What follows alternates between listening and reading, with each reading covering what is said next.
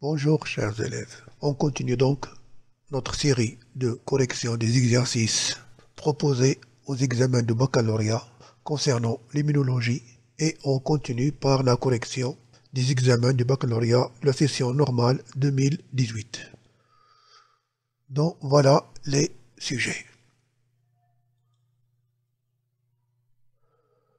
La vaccination, qui constitue un enjeu majeur de la santé publique, permet à l'organisme d'acquérir une immunité contre certaines maladies infectieuses.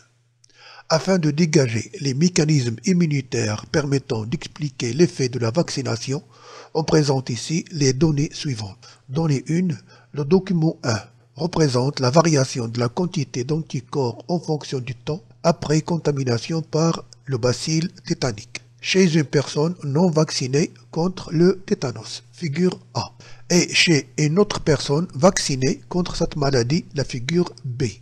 Et on vous demande comparer la réaction de l'organisme contre le bacille tétanique chez la personne vaccinée et chez la personne non vaccinée.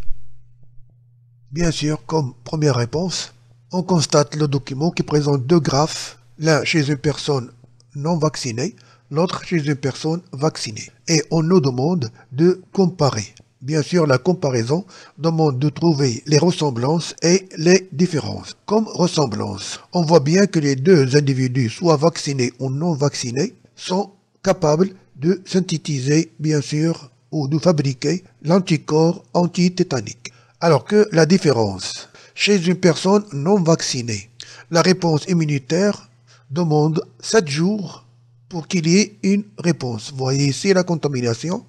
Et après 7 jours, il y a une réponse immunitaire, mais elle est très faible.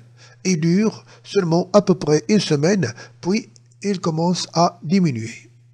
Par contre, chez l'individu qui est vacciné, la contamination a été à ce jour-là, et une journée après, vous voyez, il y a une augmentation de la fabrication des anticorps antitétaniques, et qui va bien sûr durer une semaine, puis il va commencer à diminuer. Et on constate aussi que les anticorps persistent longtemps, plus longtemps que chez la personne non vaccinée.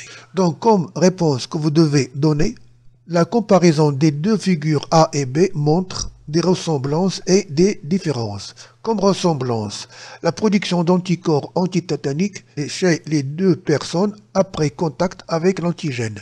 C'est-à-dire il y a une production d'anticorps antitétaniques chez les deux personnes, soit vaccinées ou non vaccinées. Comme différence, la réponse immunitaire se manifeste après 7 jours de la contamination chez la personne non vaccinée, alors qu'elle est immédiate chez la personne vaccinée. La personne vaccinée produit une forte quantité d'anticorps, 8000 UA, unité arbitraire, contrairement à la personne non vaccinée qui ne produit que 8 à 10 UA. Les anticorps persistent pendant une longue durée dans le corps de la personne vaccinée par rapport à la personne non vaccinée. Donnée numéro 2. Deux lots de souris A et B reçoivent une première injection de globules rouges de mouton GRM au jour J. Après 30 jours, les souris du lot A reçoivent une seconde injection de GRM, alors que les souris du lot B reçoivent une injection de globules rouges de lapin noté GRL. Ces GRM et GRL jouent le rôle d'antigène pour les souris. Tous les 2 jours, on prélève la rate d'une souris de chaque lot pour déterminer le nombre de plasmocytes sécréteurs d'anticorps anti-GRM chez les souris du lot A, ainsi que le nombre de plasmocytes sécréteurs d'anticorps anti-GRL et le nombre de plasmocytes sécréteurs d'anticorps anti-GRM chez les souris du lot B. Le document 2 présente les résultats obtenus. Donc, vous voyez ici, les figures A, figure B vous donne les résultats obtenus durant ces expériences. Déduisez les deux caractéristiques de la réponse immunitaire mise en évidence à partir des résultats présentés dans le document numéro 2 et justifiez votre réponse. Bien sûr, on sait que dans notre cours, on a vu que les réponses immunitaires se caractérisent par des caractéristiques. Et on vous demande ici seulement de donner 2 caractéristiques que vous allez déduire ou découvrir à partir de l'analyse de ces tableaux. Alors, si on commence de la figure A, pour la souris ou les souris du lot A, la première injection de GRM, on constate qu'en fonction du temps, c'est-à-dire en fonction des jours, il y a augmentation du nombre de plasmocytes sécréteurs anti-GRM. Et cela jusqu'au 6e jour, puis il commence à diminuer au 8e jour. Mais lorsqu'on a injecté une deuxième fois le même antigène GRM à ces souris du lot A, on constate qu'il y a une réponse qui est rapide, immédiate, et qui va durer bien sûr longtemps. Remarquez ici, jusqu'à 40e jour, puis il commence à diminuer. Donc, ce qu'on peut déduire de ce premier tableau, c'est que la réponse immunitaire se caractérise par une mémoire. C'est-à-dire que les cellules immunitaires possèdent une mémoire, elles sont capables de se rappeler de ce même antigène pour qu'il y ait une réponse qui est rapide. Donc on a ici une réponse primaire et là on a une réponse qui est secondaire. Pour le lot B, c'est-à-dire les souris du lot B, la première injection de GRM, on constate que le nombre de plasmocytes sécréteurs de GRM augmente aussi jusqu'au 6e jour, puis commence à diminuer comme chez les souris du lot A. Mais pour l'antigène GRL, on a bien sûr 0 parce qu'on ne lui a pas injecté cet antigène au début. Mais à la deuxième injection, on a injecté le GRL comme antigène et on n'a pas injecté les GRM. Ce qu'on constate, qu'il y a une réponse qui est réponse primaire parce que c'est la première rencontre avec le GRL des souris B, donc la réponse sera faible. Par contre, pour les GRM, elle est presque nulle parce qu'il n'y a pas rencontre avec ce même GRM. Cela montre que la deuxième caractéristique, c'est la spécificité. C'est-à-dire que la réponse immunitaire est spécifique. Elle est bien sûr orientée vers un type d'antigène. Donc ce qu'on peut écrire, ou des figures A et B du deuxième document, on constate que lors de la première injection du GRM aux deux lots de souris A et B, on constate une augmentation progressive et faible du nombre des plasmocytes sécrétrices d'antigènes d'anti-GRM en fonction du temps et commence à diminuer à partir du 80e jour. C'est une réponse qu'on appelle la réponse immunologique primaire et absence des plasmocytes sécrétrices d'antigènes sécrétrices d'anti-GRL. Lors de la deuxième injection du GRM aux souris de l'OA, on constate une augmentation qui est rapide et immédiate des plasmocytes sécrétrices d'anti-GRM après 2 jours seulement de l'injection des GRM, puis commence à diminuer à partir du 40e jour. C'est une réponse qu'on appelle la réponse immunologique secondaire. Alors que chez les souris du lot B, injecter de GRL au lieu de GRM montre une faible augmentation de plasmocytes sécrétrices d'anti-GRL parce que ça, c'est la réponse immunitaire ou la réponse immunologique primaire et presque absence des plasmocytes sécrétrices d'anti-GRM. Comme déduction, les deux caractéristiques de la réponse immunitaire mises en évidence dans ce document, c'est bien sûr la mémoire et la spécificité. Donnée 3.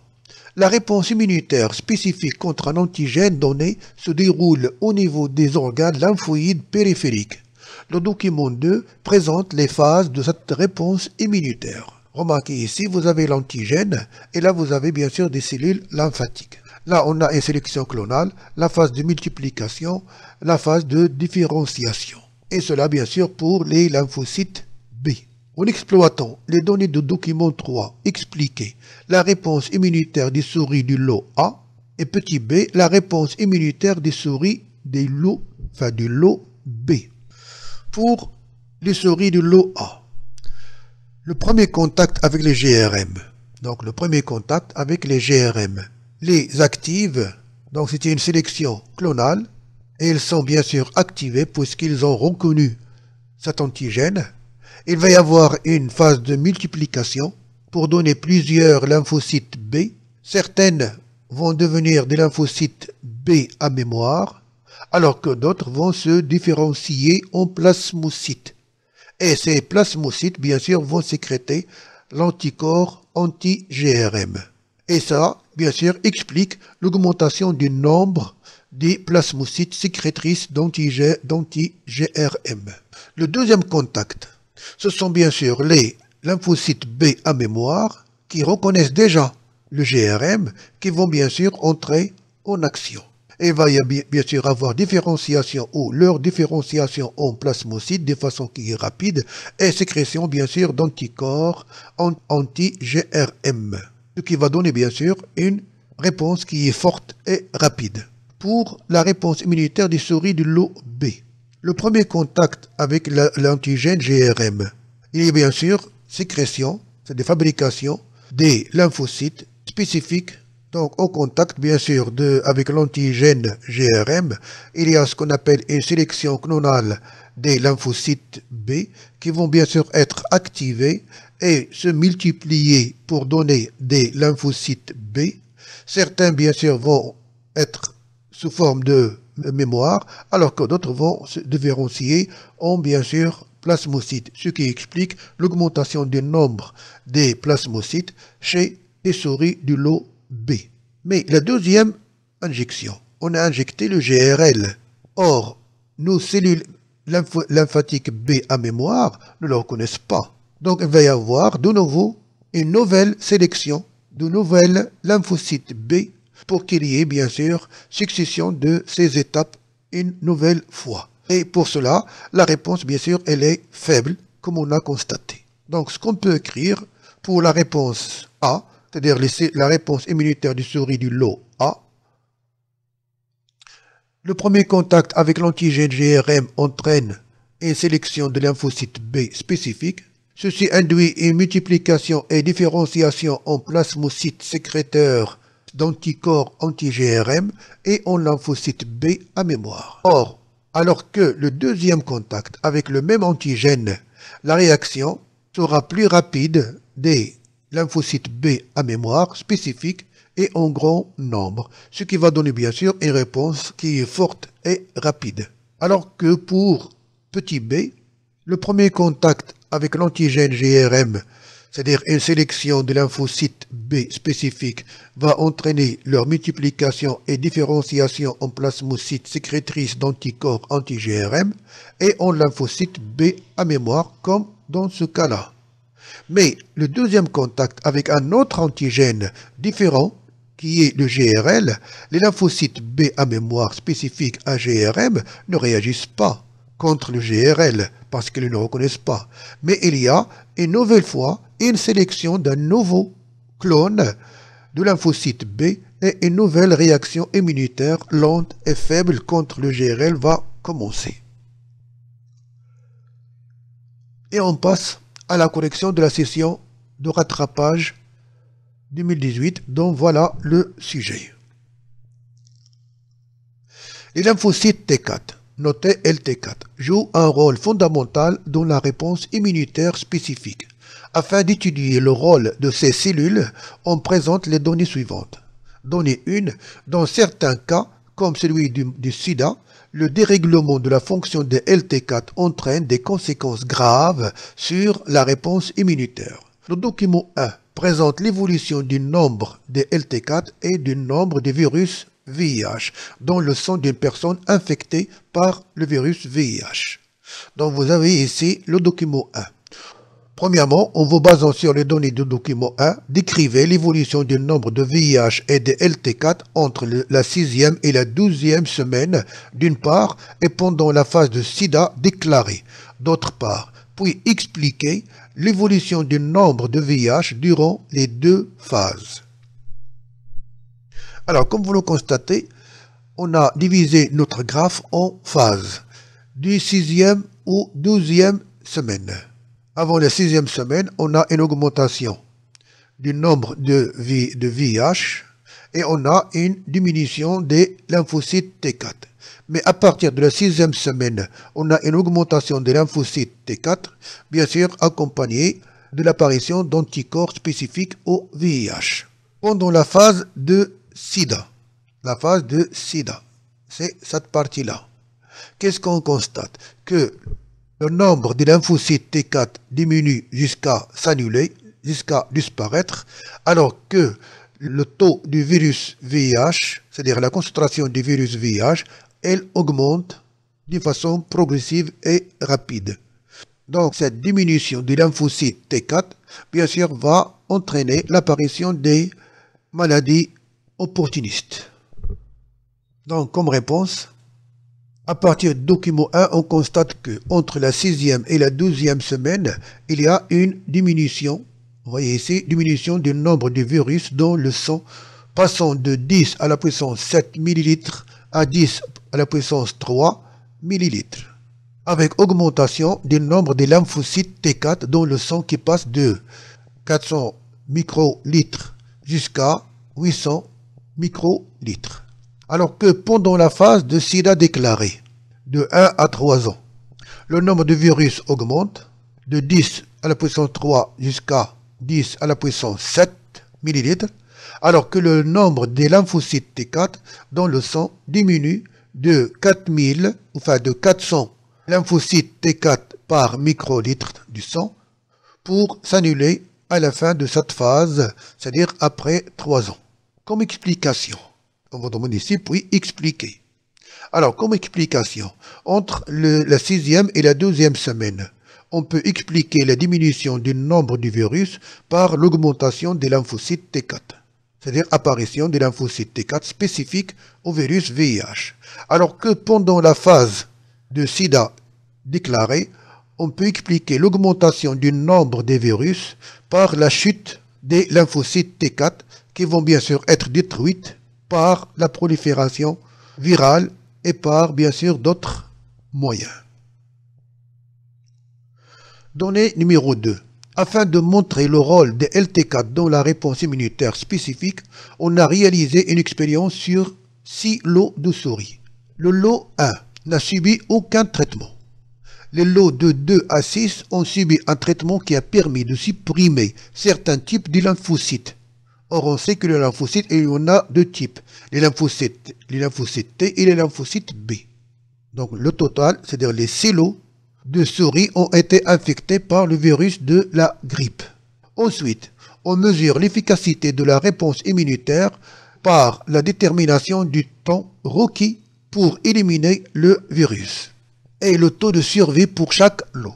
Le document 2 présente les conditions expérimentales et les résultats obtenus. Donc vous avez ici le tableau qui présente totalement les résultats obtenus à partir de ces expériences. On vous demande, en exploitant les données du document 2, déterminer la condition nécessaire au déroulement d'une réponse immunitaire efficace, en justifiant votre réponse. Alors remarquez ici le premier lot qui n'a subi aucun traitement, mais il a été infecté par le virus de la grippe. Donc il a tous ces lymphocytes, les T8, les T4 et les B. Et on constate ici que le taux de survie est 100% et que le temps requis pour éliminer le virus est court, seulement 7 à 10 jours. Alors que le deuxième lot qui a subi un traitement pour supprimer certains lymphocytes. Ici, on a éliminé les lymphocytes T8. Remarquez ici, le temps requis a augmenté de 10 à 14 jours, mais bien sûr, elle reste vivante. Pour le lot 3, on a éliminé à la fois les T8 et les B. Le taux de survie est nul et que le temps requis pour éliminer le virus a augmenté, elle dépasse 20 jours. De même, pour le lot 4, chez qui on a déterminé les lymphocytes T4 et T8. Alors que le lot 5, on a éliminé ou supprimé les lymphocytes B. On constate aussi que le taux de survie a diminué de moitié et que le temps requis pour éliminer le virus a augmenté, il est de 10 à 14 jours au lieu de 7 à 10. Alors que le 6e lot, dont on a supprimé toutes les lymphocytes, à la fois B, les T4 et les T8, on constate qu'il ne peut pas survivre et que le temps requis pour éliminer les virus est supérieur à 20. Donc, d'après ces explications-là, on constate que la condition nécessaire au déroulement d'une réponse immunitaire efficace, c'est-à-dire qu'il y a présence des lymphocytes T4, T8 et B. Donc, on peut parler qu'il y a une coopération entre ces lymphocytes. D'après les données du tableau, on constate que pour les souris du premier lot qui n'ont subi aucun traitement, possèdent les différents lymphocytes B et T, ce qui leur permet d'éliminer rapidement les virus 7 à 10 jours et permet leur survie. Alors que les souris du deuxième lot dont on a supprimé les lymphocytes T8 et les souris du cinquième lot dont on a supprimé les lymphocytes B peuvent rester vivants, mais nécessitent plus de temps, 10 à 14 jours, pour éliminer les virus de la grippe. Les souris des autres lots, 3, 4 et 6, dont on a supprimé partiellement ou totalement les lymphocytes T4, T8 et B, l'élimination des virus demande plus de temps, c'est-à-dire plus de 20 jours, et malgré ça, ne peuvent survivre. Ceci montre que la condition nécessaire pour le déroulement d'une réponse immunitaire efficace est la coopération entre les trois types de lymphocytes T4, T8 et B. Et comme justification, car en présence, c'est-à-dire le premier lot, en présence de ces trois types de cellules, c'est-à-dire le lot 1, toutes les souris restent en vie et l'élimination des virus se fait d'une façon plus rapide en comparaison avec les autres. Donnée numéro 3. Les lymphocytes T4, en présence de produits stimulants jouant le rôle d'antigène, sont activés et sécrètent l'interleukine 2. Le document 3 montre l'effet de la concentration de l'interleukine 2 sur le nombre de plasmocytes sécréteurs d'anticorps, alors que le document 4 présente le nombre des lymphocytes T8 dans la rate chez des souris normales et des souris mutées, déficientes en interleukine 2, avant et après 7 jours de l'infection par un virus, c'est-à-dire le virus de la chorioméningite. Vous avez ces document 3 et document 4. Troisième question. Décrivez les résultats présentés par le document ou les documents 3 et 4. Puis déduisez le rôle de l'interleukine 2 dans la réponse immunitaire. Alors, remarquez ici le nombre de plasmocytes et la concentration en interleukine. Donc, la concentration en interleukine, il y a augmentation des plasmocytes. Ici, on a le nombre de lymphocytes T8. Et là, on a avant l'injection et après l'injection de l'interleukine. Donc, avant l'injection, le nombre de lymphocytes T8 est minime, faible, chez les deux souris mutées et normales. Alors que après injection, c'est-à-dire 7 jours après injection de l'interleukine, on constate chez la souris normale une augmentation des lymphocytes T8. Alors que chez les souris mutées, et bien sûr, le nombre reste à peu près constant. Donc, d'après le document 3, pour des concentrations d'interleukine entre 10 et 10 puissance 2, on a une faible augmentation du nombre de plasmocytes. Par contre, d'une concentration de 10 à 10 à la puissance 2 à 10 à la puissance 4, on a une augmentation rapide du nombre de plasmocytes qui peut atteindre 1000. Et cela, bien sûr, à une concentration de 10 à la puissance 4 UA d'interleukine. Par contre, dans le document 4, après ou avant l'injection du virus, le nombre de lymphocytes T8 dans la rate des souris mutées est 15 à la puissance 8, 15 à la puissance 6, est égal à celui des souris normales. Mais 7 jours après l'infection, le nombre des lymphocytes T8 dans la rate des souris mutées reste à peu près constant, contrairement aux souris normales, chez lesquelles on note une augmentation du nombre de lymphocytes T8 qui peut atteindre 44 10 à la puissance 6 lymphocytes T8 dans la rate. Alors, ce qu'on peut déduire, que l'interleukine 2 stimule la multiplication des lymphocytes T8 et augmente le nombre des plasmocytes. Voyez ici, elle augmente le nombre des T8 et là, bien sûr, elle augmente le nombre des plasmocytes. Donc, pour que le nombre augmente, ces cellules, bien sûr, doivent se multiplier. Donc, l'interleukine 2 stimule la multiplication des lymphocytes T8 et, bien sûr, les lymphocytes B ou les plasmocytes en général. Quatrièmement, réaliser un schéma explicatif montrant le rôle des LT4 dans le déroulement d'une réponse immunitaire spécifique. Donc, comme schéma, voilà donc ce que vous pouvez bien sûr représenter. Là, on a les lymphocytes T4, là, les lymphocytes T8, parce qu'on sait que l'interleukine 2 est sécrété par les lymphocytes T4, qu'on appelle les TH ou les TA. Donc, une fois activés, là, les lymphocytes T4 vont synthétiser et sécréter, bien sûr, l'interleukine 2, qui va agir sur les LT8 pour se multiplier. De même, elle peut agir sur les LB, c'est-à-dire les lymphocytes B, pour se multiplier et se différencier en plasmocytes, ce qui explique leur augmentation ici.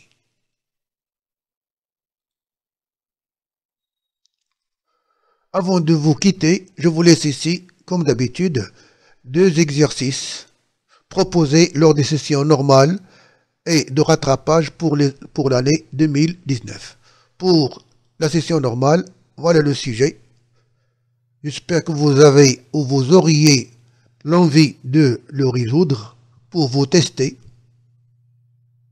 Et là, pour la session de rattrapage, vous pouvez bien sûr arrêter la vidéo et essayer de le résoudre. En attendant la prochaine vidéo pour la correction, je vous quitte et je vous souhaite bon courage et à la prochaine vidéo. Bien sûr, s'il y a des questions, vous n'avez qu'à les poser dans les commentaires.